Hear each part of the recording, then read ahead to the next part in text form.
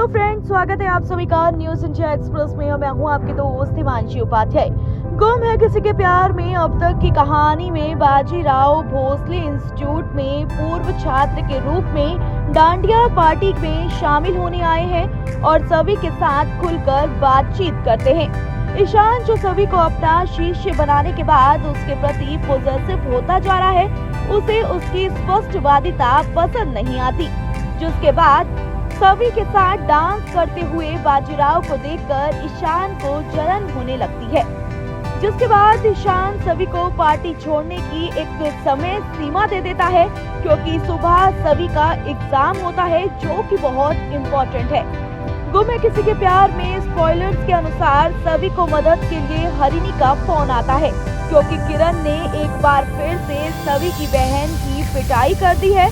सभी इसे जान से मारने की धमकी भी देती है और किरण के पास जाती है और पूरी भीड़ के सामने उसको लेकर आती है, जिसके बाद वो उसकी जमकर पिटाई करती है। वहीं आपको बता दें कि जैसा अभी हमने आपको बताया कि गरबा के समय सभी को बहन हरिणी का फोन आ जाता है, जहां उसे पति किरण द्वारा पीटा जाता है। सभी और बाजीराव ये देखने के लिए घर जाते हैं कि हरिणी घायल हो गई है और दर्द से कराहते हुए फर्श पर गिर गई है। बाजीराव कठिन समय में सभी की मदद करता है और जब वो वापस कॉलेज लौटते हैं तो ईशान उनकी एकजुटता को गलत समझ लेता है, यानी कि सभी और बाजीराव को एक साथ देखकर ईशान को गुस्सा आ जाता है।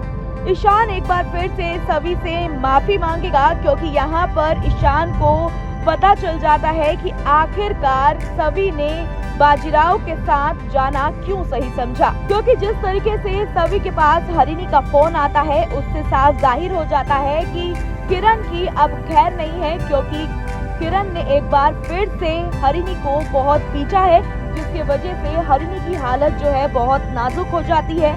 जब इस बात का असलियत का ईशान को पता चलता है तो ईशान बहुत गिल्टी फील करता है कि उसने एक बार फिर से सभी को गलत समझा है। क्या इस बार भी ईशान अपनी गलती के लिए माफी मांगेगा तो सभी उसको माफ कर पाएगी? आने वाले एपिसोड में आप देखेंगे कि जिस तरीके से ईशान को गुस्सा आता है, उसका गुस्सा वहां पर कंट्रोल हो जाता है जब वो देखता है कि सभी हरिणी के पति यानी कि किरण को जिस तरीके से स्टेज पर सबके सामने लेकर आती है और उसको पीटती है। उसके बाद ईशान का गुस्सा जो है वो पिघल जाता है। उसके बाद उसे पूरी कहानी समझ में आती है कि आखिरकार बाजीराव के साथ सभी क्यों गई थी और क्यों उस प्रोग्राम में सभी उस वक्त उपस्थित नहीं थी। जिसके बाद उसको अपनी गलती का एहसास होता है और ईशान फिर से सभी से माफी मांगता है और उसके बाद ईशान सभी की मदद करने की पूरी कोशिश करता है। पुलिस को फोन करता है और उसको पुलिस के हवाले करता है, यानी कि किरण को अब जेल जाना होगा, क्योंकि यहाँ पर ईशान सभी और बाजीराव एक हो चुके हैं और अब वो चाहते हैं कि हरिणी के साथ जो नाइंसाफी हुई है उसमें उसको इंसाफ मिल सके। आगे की तमाम अपडेट्स के लिए आप जुड़े रहें हमारे साथ। धन्यवाद।